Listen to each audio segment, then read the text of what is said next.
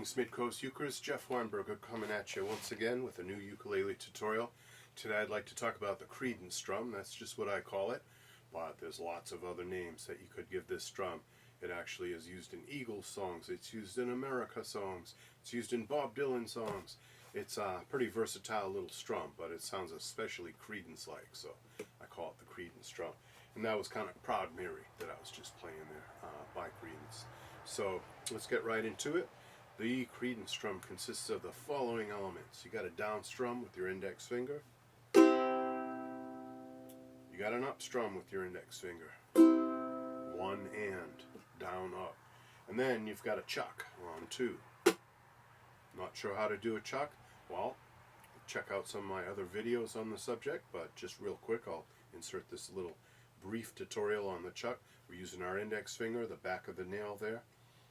Back of the finger where the fingernail is, just the very tip. You're not using a big chunk of the finger, just a very little tiny part of the fingertip, basically the width of your nail, that part. And when you go to strike the strings before they are able to ring, you stop them from ringing, you prevent them from ringing by touching the strings with the palm of your hand right here, that karate chop part of your hand. There's a lot of muscle there. It's kind of a fleshy part of your hand. That's what you want to use. Although there are other people that use the ball of their thumb, this big muscle right here, that is where your thumb is attached.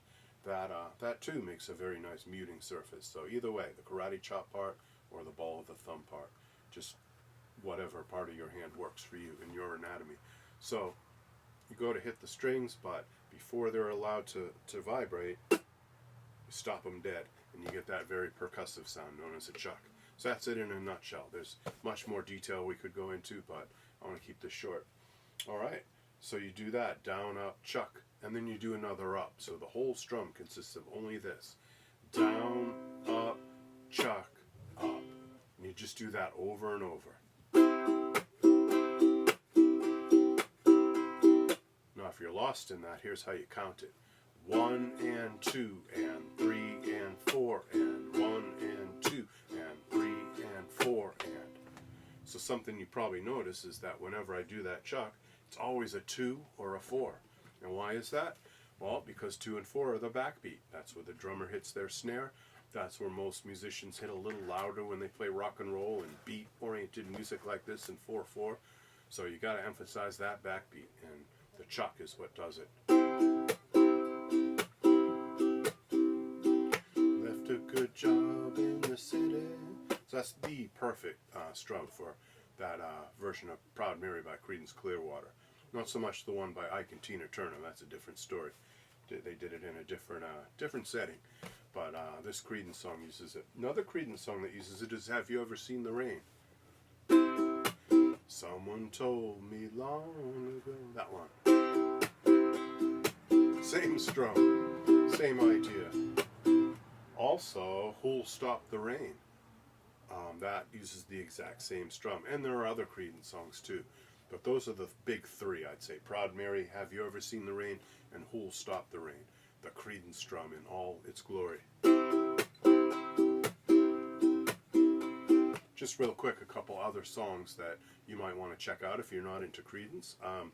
Bob Dylan's song Hurricane. That uses it. Not the beginning. The beginning is...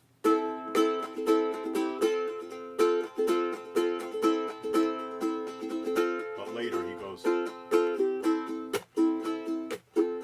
When it settles down and gets into the storytelling verse part of the song, that uses what we're calling the Creedence strum. And then one last song is Sister Golden Hair by America. That uses the exact same strum in a different context. And they're a great band to study if ever you want to get into common strums and how to take acoustic guitar strums and translate them to ukulele. America is a gold mine for that kind of stuff. So maybe we'll do that in the future. Alright, Midcoast Ukuleleans, I hope you enjoyed that short little tutorial on the Creedence strum. I hope it helps you, and I will catch you later. Bye-bye.